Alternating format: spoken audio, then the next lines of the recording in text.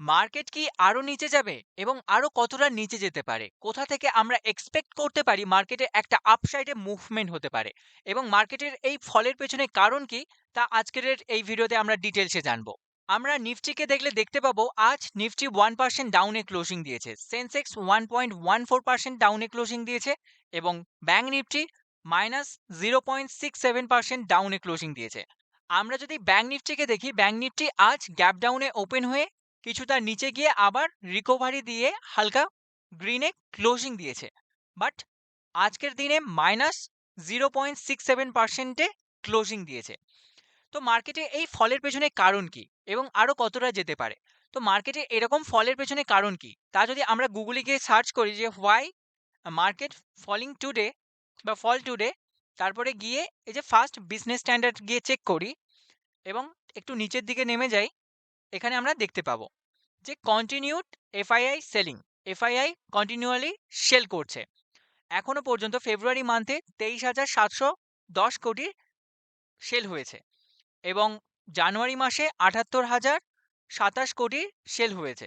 তো টোটাল 2025-এ 1,01,737 কোটি সেল হয়েছে এবং তার সাথে স্লোয়িং ইউএস জিডিপি গ্রোথ এবং ট্যারিফের কনসার্ন এবং এর সাথে হচ্ছে জিও পলিটিক্যাল কনসার্ন যেটা রয়েছে যে রাশিয়া ইউক্রেনের কনফ্লিক্ট। এই রাশিয়া এই সানডেতেই তার যে লার্জেস্ট সিঙ্গেল ড্রোন আছে সেটা দিয়ে অ্যাটাক করেছিল ইউক্রেনের ওপর। তো এইসব কারণে হচ্ছে মার্কেটে আমরা এরকম একটা ডাউনফল দেখতে পাচ্ছি। তো মার্কেট কি কন্টিনিউয়াসলি আরো নিচে যাবে বা মার্কেটে এখানে সাপোর্ট কোথায় আছে, মার্কেট কোনখানে সাপোর্ট নিতে পারে তা যদি আমরা চেক করি, যেমন নিফটি ফিফটির ক্ষেত্রে এখানে একটা সাপোর্ট ছিল এই জায়গায়, এই জায়গায় সাপোর্ট নিচ্ছিল, সেটা ব্রেক হয়ে গেছে এবং এখানে একটা সাপোর্ট বানিয়েছিল, এই যে সাপোর্ট নিচ্ছিল, এই জায়গায় সাপোর্ট নিচ্ছিল, সেটাও ব্রেক হয়ে গেছে আজ আমরা দেখতে পাচ্ছি। নেক্সট যে স্ট্রং সাপোর্ট রয়েছে সেটা হচ্ছে এই লেভেলে, মানে এই লেভেলটা থেকে যেখানে শেয়ার প্রাইস রয়েছে এখন, সেখান থেকে এখন 3% নিচে আমাদের স্ট্রং সাপোর্ট রয়েছে।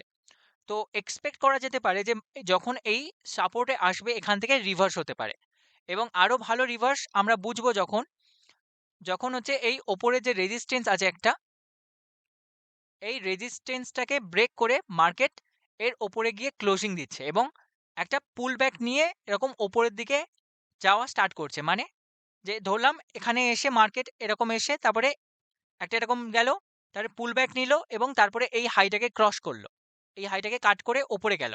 তো তখন আমরা বুঝবো যে মার্কেটে এবারে ভালো একটা স্ট্রং আপসাইড মুভমেন্ট হতে পারে। বাট যতক্ষণ না এই জিনিসটা হচ্ছে ততক্ষণ মার্কেট এখন উইক রয়েছে। মার্কেট এতটা পর্যন্ত নিচে আসতে পারে। এবারে এতটা আসতে পারে এটা কি গ্যারান্টি? নো, মার্কেটে কোনো গ্যারান্টি নেই। হতে পারে মার্কেটে কালকের একটা ভালো নিউজ আসলো, তারপরে মার্কেট ওপরের দিকে যাওয়া স্টার্ট করলো। এটা হতেই পারে।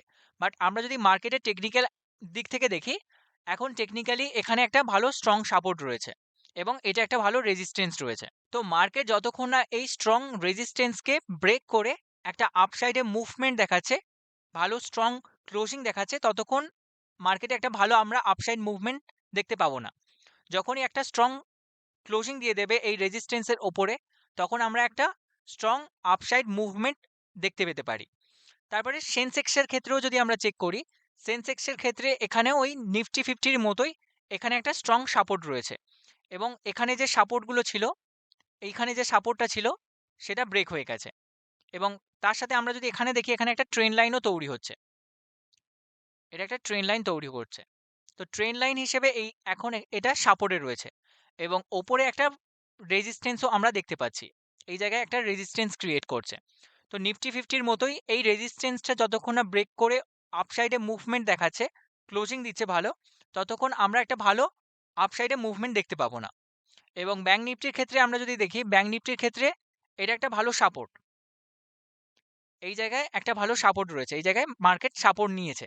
তো এই সাপোর্টটা যদি ব্রেক হয়ে যায়, তারপরে আমাদের এখানে সাপোর্ট রয়েছে, এই জায়গাতে সাপোর্ট রয়েছে, এখানে মাল্টিপল সাপোর্ট রয়েছে, এই একটা সাপোর্ট, এগুলো সবই সাপোর্ট লেভেল রয়েছে, এটা স্ট্রং সাপোর্ট এরিয়া এটা।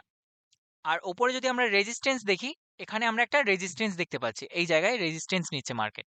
ব্যাংক নিফটির ক্ষেত্রে আমরা একটা বড় মুভমেন্ট দেখতে পারি যখন এই রেজিস্ট্যান্সটাকে ব্রেক করে একটা গ্রিন ক্যান্ডেল ক্লোজিং দেবে, স্ট্রং গ্রিন ক্যান্ডেল, তারপরে আমরা একটা আপসাইডে মুভমেন্ট এক্সপেক্ট করতে পারি। এবং এর সাথে আমরা যদি আরো কিছু পয়েন্ট চেক করি, পয়েন্ট চেক করার জন্য আমরা স্ক্রিনারে যাব। স্ক্রিনারে এসে আমরা এখানে নিফটি 50 সার্চ করব, নিফটি 50। তারপরে একটু যদি আমরা নিচে যাই, এখানে নিফটি 50 সব কোম্পানির লিস্ট দেওয়া রয়েছে। আমরা এক একটা কোম্পানির যদি গিয়ে কোয়ার্টারলি রেজাল্ট চেক করি, যেমন রিলায়েন্সের কোয়ার্টারলি রেজাল্ট ভালো, এবং এখন যেটা হচ্ছে হাইয়েস্ট এভার রেজাল্ট, মানে সব থেকে ভালো রেজাল্ট দেখিয়েছে এই কোয়ার্টারে, লাস্ট যে কোয়ার্টার ডিসেম্বর কোয়ার্টারে। তারপরে আমরা যদি টিসিএসকে দেখি, টিসিএস এর ক্ষেত্রেও আমরা সেম দেখতে পাবো, হাইয়েস্ট বা সেকেন্ড হাইয়েস্ট।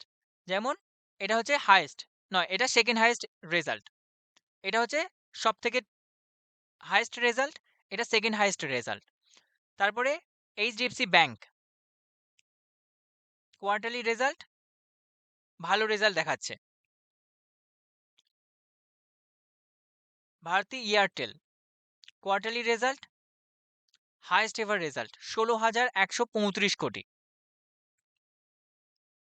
আইসিআইসিআই ব্যাংক, আমরা যদি এরকম কন্টিনিউয়াসলি যতগুলো কোম্পানি রয়েছে সেগুলোর গিয়ে আমরা কোয়ার্টারলি রেজাল্ট চেক করি, দেখতে পাবো হাইয়েস্ট এভার বা সেকেন্ড হাইয়েস্ট এভার। যেমন আইসিআইসিআই ব্যাংকের ক্ষেত্রে second highest ever result, highest ever result হচ্ছে এটা। যত কোম্পানি আছে সবার ক্ষেত্রেই আমরা এই জিনিসটাই দেখতে পাবো। হিন্দুস্তান ইউনিলিভার কোয়ার্টারলি রেজাল্ট ভালো রেজাল্ট, হাইয়েস্ট এভার রেজাল্ট।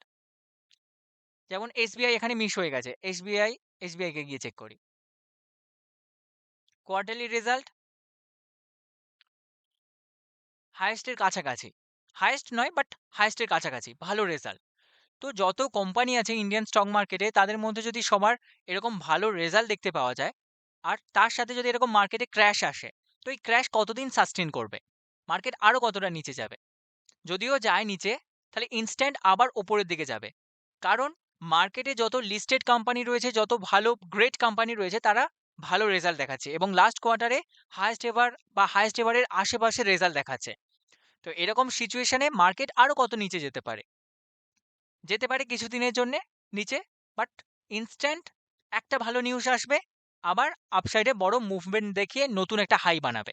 অনেকের মনেই হয়তো এই প্রশ্নটা আসছে যে ভালো ভালো কোম্পানির শেয়ার কেনা সত্ত্বেও এখন পোর্টফোলিও রেট হয়ে গেছে 10% 15% নেগেটিভ, এখন কি করা যায়? আজ না হয় কাল বা 1 মাস পর 2 মাস পর যদি ভালো ভালো কোম্পানির শেয়ার কেনা থাকে, যেগুলো কোয়ার্টারলি রেজাল্ট কন্টিনিউয়াসলি গ্রো করছে, ভালো নেট প্রফিট দেখাচ্ছে, সেগুলো শেয়ার প্রাইস আবার উপরে চলে যাবে।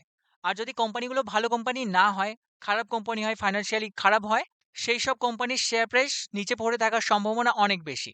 কিন্তু কোম্পানিগুলো যদি ভালো কোম্পানি হয়, সেগুলোর ওপরের দিকে আবার রিটার্ন আসার সম্ভাবনা অনেকটাই বেশি। আজকের এই ভিডিওতে আমরা যেসব কোম্পানিগুলোকে নিয়ে ডিসকাস করলাম, এগুলো কোনো রকমের সেলিং বা বাইং রিকমেন্ডেশন নয়, এগুলো শুধুমাত্র আমরা এডুকেশন পারপাসের জন্যই ডিসকাস করছি। এখান থেকে শিখুন, নিজে বুঝুন, নিজের সিদ্ধান্তে শেয়ারের কেনাবেচা করুন। আশা করি আজকের এই ভিডিওটি থেকে আপনি নতুন কিছু শিখতে পেরেছেন, জানতে পেরেছেন। আপনার যদি কোনো প্রশ্ন থাকে বা আগামী দিনে কোন টপিকের ওপর আপনি ভিডিও দেখতে চান, তা আমাদের অবশ্যই কমেন্টে জানাবেন। ভিডিওটি ভালো লাগলে অবশ্যই লাইক দেবেন। আগামী দিনে ভিডিও দেখার জন্য চ্যানেলটি সাবস্ক্রাইব করবেন এবং আপনার বন্ধু ফ্যামিলি মেম্বার যারা শেয়ার মার্কেটে নতুন আসছে, তাদের সাথে এই ভিডিওটি অবশ্যই শেয়ার করবেন। শেয়ার করার মাধ্যমে আমরা একসাথে গ্রো করতে পারবো। আবার দেখা হবে নেক্সট ভিডিওতে। ধন্যবাদ।